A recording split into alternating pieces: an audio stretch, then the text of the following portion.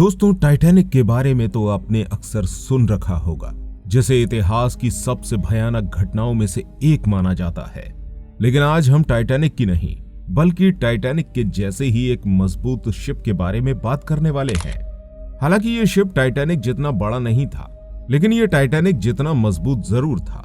इस जहाज में समुद्र में मौजूद बर्फ को भी चीर कर आगे बढ़ने की काबिलियत मौजूद थी। लेकिन फिर कुछ ऐसा हुआ कि यह जहाज समुद्र की गहराइयों में समा गया। दोस्तों, ये समय था साल 1960 का, जब धरती के बहुत से इलाके जैसे अंटार्कटिका आदि पर समुद्र के रास्ते से जाना आसान बात नहीं थी, क्योंकि अगर कोई भी शिप अंटार्कटिका की तरफ जाने की कोशिश करता तो उसे रास्ते में काफी ज्यादा बर्फ का सामना करना पड़ता था। जैसा कि आप जानते हैं कि दुनिया का सबसे बड़ा और सबसे मजबूत जहाज कहलाने वाला टाइटैनिक एक बर्फ की चट्टान से टकराकर समुद्र में समा गया था। इस बात से आप अंदाजा लगा सकते हैं कि अंटार्कटिका में समुद्र के रास्ते से पहुंचना कितना ज्यादा कठिन होगा, क्योंकि यहां जाने के लिए शिप को जगह जगह पर बड़े बड़े आइसबर्ग का सामना करना पड़ता था। इन सभी परेशानियों को देखते हुए एक स्वीडिश अमेरिकन बिजनेसमैन एरिक लिंडब्लैंड को एक बिजनेस अपॉर्चुनिटी दिखाई देती है। उस वक्त कई सारे लोग ऐसे थे जो अंटार्कटिका को देखना चाहते थे, और इन्हीं सब चीजों को देखकर एरिक सोचते हैं कि क्यों ना एक ऐसी शिप तैयार की जाए जिसके सामने अंटार्कटिका की मोटी बर्फ भी कुछ ना हो, जो लोगों को अंटार्कटिका घूमने के लिए ले जा सके। अपने इस मकसद को पूरा करने के लिए एरिक ने एक ऐसी शिप डिजाइन की जो इतनी ज्यादा मजबूत थी कि जब वो चलती थी तो उसके सामने आने वाली मोटी से मोटी बर्फ भी टूट जाती थी। दोस्तों, शुरुआत में इस शिप को लिंडब्लैंड एक्सप्लोरर का नाम दिया गया। इस शिप का साइज इतना ज्यादा बड़ा तो नहीं था, लेकिन मजबूती के मामले में यह जहाज पहले नंबर पर आता था। इसके आगे वाले हिस्से को कुछ इस तरह से डिजाइन किया गया था कि जब यह सिर्फ आगे बढ़ता तो उसके वजन से बर्फ टूटने लग जाती थी।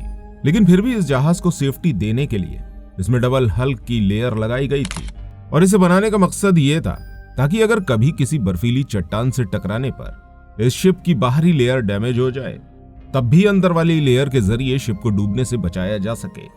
दोस्तों, थोड़े समय में यह शिप दुनिया भर के अंदर फेमस हो गई। पूरी दुनिया के लोगों ने दूर दूर से इस शिप से अंटार्कटिका के सफर के लिए आना शुरू कर दिया। धीरे धीरे करके लोगों का इस शिप पर विश्वास काफी ज्यादा बढ़ चुका था। इस शिप के जरिए अंटार्कटिका में फंसी हुई दूसरी शिप को भी रेस्क्यू किया जाता था। साल दर साल इस जहाज को कई लोगों ने खरीदा, जिसकी वजह से इसके नाम भी बदलते रहे। लेकिन इस जहाज ने अपनी परफॉर्मेंस में कभी भी कोई कमी नहीं रखी, और आखिरी बार साल 2004 में टोरंटो की एक कंपनी गैप एडवेंचर्स ने इसे खरीद लिया, और इस कंपनी ने इस जहाज का नाम फिर से बदलकर MV एक्सप्लोरर रख दिया। यह दिन था 11 नवंबर साल 2007 का, जब यह शिप एक बार फिर से अपने सफर के लिए अंटार्कटिका की तरफ रवाना होती है। यह शिप पूरे 19 दिन तक सफर करने वाली थी। दोस्तों, इस शिप में टोटल 100 पैसेंजर और 54 क्रू मेंबर्स मौजूद थे। इस शिप में मौजूद सभी लोग अंटार्कटिका की खूबसूरती को देखने का सपना लेकर इस जहाज में सवार हुए थे, लेकिन किसी को अंदाजा नहीं था कि वो अपने सफर के दौरान एक बहुत बड़ी मुसीबत में फंसने वाले हैं। जहाज में मौजूद सभी पैसेंजर्स को इस जहाज की काबिलियत पर पूरा भरोसा था। इस जहाज को चलाने वाले कप्तान का नाम वाईमैन था, जिन्हें इस रास्ते से सफर करने का काफी ज्यादा तजुर्बा था। इस जहाज की मजबूती और इसके कप्तान का एक्सपीरियंस देखकर इस जहाज में मौजूद सभी पैसेंजर खुद को बिल्कुल सेफ महसूस कर रहे थे।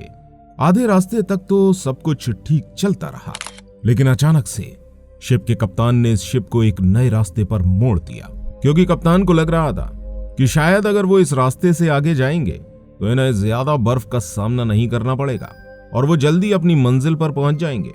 लेकिन उन्हें क्या पता था कि यह रास्ता उन्हें उनकी मंजिल तक नहीं पहुंचाएगा, बल्कि इस जहाज को ही ले डूबेगा।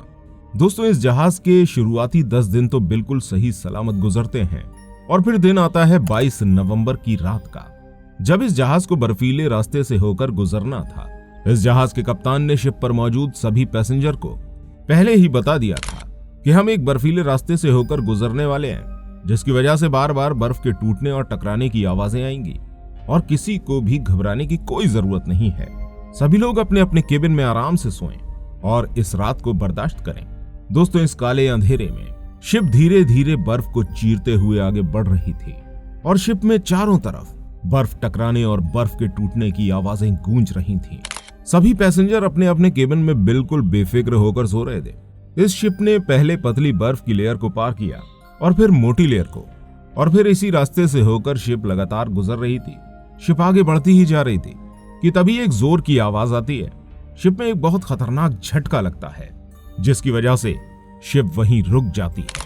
दोस्तों, ये आवाज इतनी ज्यादा खतरनाक थी कि सभी पैसेंजर जाग जाते हैं, लेकिन फिर सबने सोचा कि कप्तान ने उन्हें पहले ही इस चीज के बारे में आगाह कर दिया था, इसलिए किसी ने भी आवाज को सीरियस नहीं लिया। इसके अलावा शिप के कप्तान को भी कोई आइडिया नहीं था कि असल में उनके साथ क्या हुआ है। उन्होंने इस आवाज को इग्नोर कर दिया और शिप को आगे बढ़ाने की कोशिश करने लगे। शिप फिर से बर्फ की मोटी चादरों को तोड़ते हुए आगे बढ़ने लगी। थोड़ी ही देर में अचानक से इस शिप में मौजूद पैसेंजर चीखना चिल्लाना शुरू कर देते हैं। असल में दोस्तों, इस शिप के अंदर बहुत तेजी से पानी भरता जा रहा था। यह शिप एक बहुत मोटी पुरानी बर्फ की चट्टान से टकरा गई थी जिसने शिप के हल को नीचे से तोड़ दिया था और शिप का डबल हल किसी भी काम नहीं आया। सभी पैसेंजर्स ने अपनी जान बचाने के लिए इधर उधर भागना शुरू कर दिया। जब जहाज के कप्तान को इस बारे में जानकारी मिली कि शिप के बॉटम में एक छेद हो चुका है, तो कैप्टन सोच रहे थे कि ये कोई छोटा मोटा छेद होगा जिसे बंद कर दिया जाएगा। लेकिन जब कप्तान ने जहाज में नीचे जाकर देखा तो उनकी आंखें फटी की फटी रह गईं। कप्तान समझ चुके थे कि अब यह जहाज डूब जाएगा।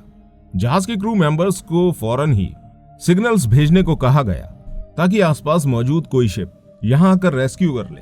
अब इस शिप के अंदर इतना ज्यादा पानी भर चुका था कि शिप एक साइड से टिल्ट हो रही थी। क्रू मेंबर्स यात्रियों को शांत करने और उन्हें लाइफ बोट्स में उतारने में लगे हुए थे। दोस्तों, ये शिप अभी भी अपनी मंजिल से 46 किलोमीटर दूर मौजूद थी और इस कंडीशन में शिप के किनारे तक पहुंचना नामुमकिन था।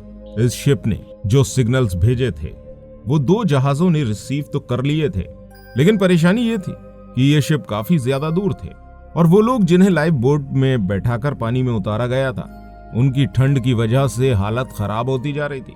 धीरे धीरे करके शिप का पानी इतना ज्यादा बढ़ गया कि पानी उस रूम में भी पहुंच गया जो पावर देने का काम करता है। पानी के बढ़ने की वजह से शॉर्ट सर्किट होने लगे और पूरे शिप की लाइट गायब हो जाती है। अब यह शिप पूरी तरह से खाली हो चुका था और इस जहाज पर मौजूद लोग लाइफ बोट में सवार थे। शिप के कप्तान लगातार इस शिप को सीधा करने की कोशिश कर रहे थे, लेकिन अब इन सब कोशिशों का कोई फायदा नहीं था। थोड़ी ही देर में शिप का इंजन भी काम करना बंद कर देता है और ये शिप बहुत तेजी से डूबने लगती है। आखिर में हार मानकर कप्तान भी इस शिप को छोड़ने का फैसला कर लेते हैं। शिप के कप्तान और क्रू मेंबर्स अपनी जान बचाने के लिए एक लाइफ बोट पर सवार हो जाते हैं।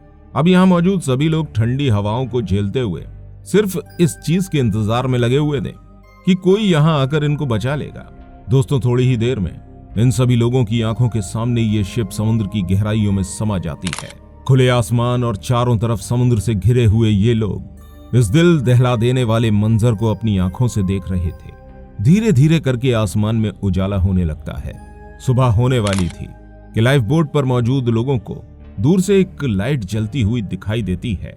दरअसल जिन 2 शिप्स ने इन सिग्नल्स को रिसीव किया था, उनमें से एक शिप इनको बचाने के लिए यहां पहुंच जाता है। खुशकिस्मती से इस शिप में मौजूद सभी लोगों को तो रेस्क्यू कर लिया जाता है, लेकिन सिर्फ एक गलत टर्न की वजह से यह जहाज समुद्र की गहराइयों में समा जाता है। दोस्तों, आज भी इस जहाज का मलबा पेंगुइन आइलैंड से 25 मील दूर समुद्र में दफन है। तो दोस्तों, इस वीडियो के लिए इतना ही। उम्मीद करते हैं वीडियो आपको पसंद आई होगी। अगर आपको ये वीडियो अच्छी लगी है तो इस वीडियो को लाइक जरूर कीजिएगा और ऐसी और इंटरेस्टिंग वीडियोस देखने के लिए हमारे चैनल को सब्सक्राइब करना बिल्कुल मत भूलिएगा। मिलते हैं आपसे अगली वीडियो के साथ। धन्यवाद।